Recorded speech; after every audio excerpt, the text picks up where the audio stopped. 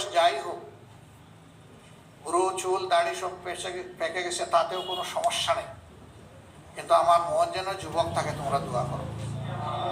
2 নম্বর হলো আমার নিরাপত্তা নিয়ে তোমরা চিন্তিত হবা না, তবে আল্লাহর কাছে দোয়া করবা। কারণ আমরা সকলেই আল্লাহর কাছে আমাদেরকে সাপোর্ট করে দিয়েছি।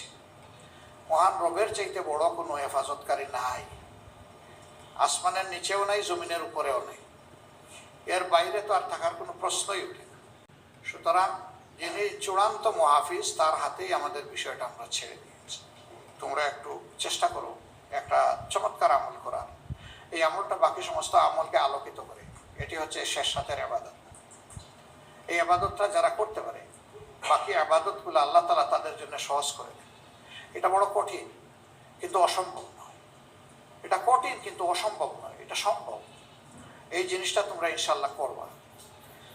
ফেসবুক পড়ে না থেকে ফেসবুক দেখবা, এটা আমি নিষেধ করছি না, কারণ সোশ্যাল মিডিয়া এখন অনেক শক্তিশালী ব্যাপার। এখানে দেখতে হবে তোমার পক্ষে কি বিপক্ষে কি, পক্ষেরটাকে কিভাবে প্রমোট করবা, বিপক্ষেরটা তুমি কিভাবে মোকাবেলা করবা, তুমি না দেখলে বুঝবা কিভাবে।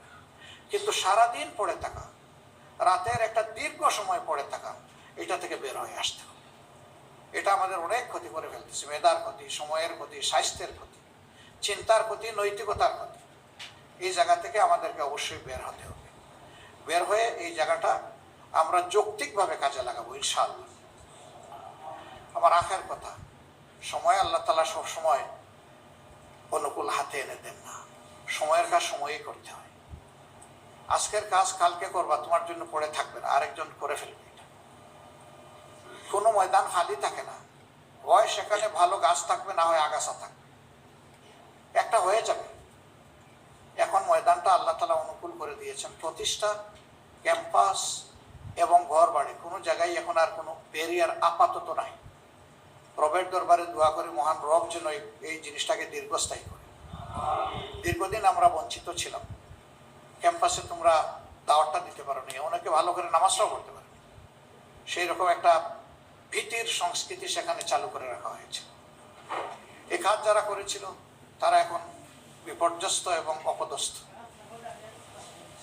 আমরা এই সময় কোনো প্রতিশোধ নেব না, কাউকে নিয়ে ঠাট্টা মস্করা করবো না। মানিক সাহেব কলাপাতায় ঘুমাইলো নাকি ভালো জাজিমে ঘুমাইলো, এগুলো আমাদের সাবজেক্ট না। মাঝে মাঝে আমি এগুলো দেখি, তোমাদের পক্ষ থেকে হয়ে যায়, এটা আসলে আল্লাহর দরবারে পছন্দনীয় বলে আমি মনে করি না। কোনো মানুষই বিপদে পড়ছে তাকে নিয়ে টিস করা ঠিক না।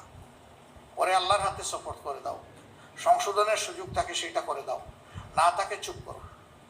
এই যে আমরা ট্রল করি মানুষ মরার পরে এবং এই ধরনের বিপদে পড়ার পর, এটা ভালো জিনিস না।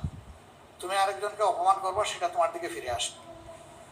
ইসলামী মহলের ব্যাপারে আমাদের তীব্র আকাঙ্ক্ষা যে আমাদের একটা ঐক্য হওয়া দরকার, কর্মের ঐক্য, চিন্তার ঐক্য।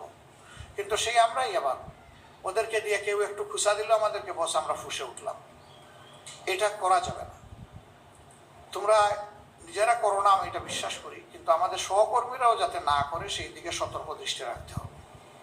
আমাদের কিছু উলামায়ে কেরামও আছেন যারা মাঝে মধ্যে এগুলাতে জড়ায় পড়েন, কিন্তু এটা ফিতরতান কিছু ব্যাপার আছে, মানুষের ফিতরত সহজে পরিবর্তন হয় না। আমরা দফায় দফায় দৃষ্টি আকর্ষণ করার পরেও দেখেছি যে একই ব্যক্তি আবার বারবার একই ধারায় তিনি ভুল করতেছেন। একদিকে আপনি ঐক্যের আকাঙ্ক্ষা পোষণ করবেন, আর একদিকে সামান্য গুনাহাতা আপনি মানে এড়িয়ে যাবেন না, এটা তো হয় না। মুমিন তো সেই যে তার ভাইকে ক্ষমা করে দেয়, রাতে ঘুমাবার আগে বলে আল্লাহ আমি তোমার গুলামকে ক্ষমা করে দিলাম, এর উসিলায় তুমি আমাকে ক্ষমা করে দাও, সেই তো মুমিন। এই জন্যে মুমিনগণ যেন পরস্পরের প্রতি ঝগড়া বিবাদে আর লিপ্ত না, এটার খবর রচনা হয়ে যাওয়া দরকার। এই বিষয়গুলো তোমরা খেয়াল রাখবে ইনশাআল্লাহ। লেখাপড়ায় মনোযোগী হও, এতদিন পরিবেশ ছিল না, এখন যেখানেই প্রতিষ্ঠান চালু হবে সেখানে তোমাদেরকে মনোযোগী হয়ে নিজেদেরকে তৈরি করে নিতে হবে। Quality, quality and quality. এই quality both materialistic and spiritual, এই দিকের কোনোটাই কম্প্রোমাইজ করা যাবে না। দুইটা সমান তাহলে আমাদেরকে অ্যাচিভ করতে হবে। আল্লাহ আমাদেরকে তৌফিক দান করুন। আসসালামু আলাইকুম।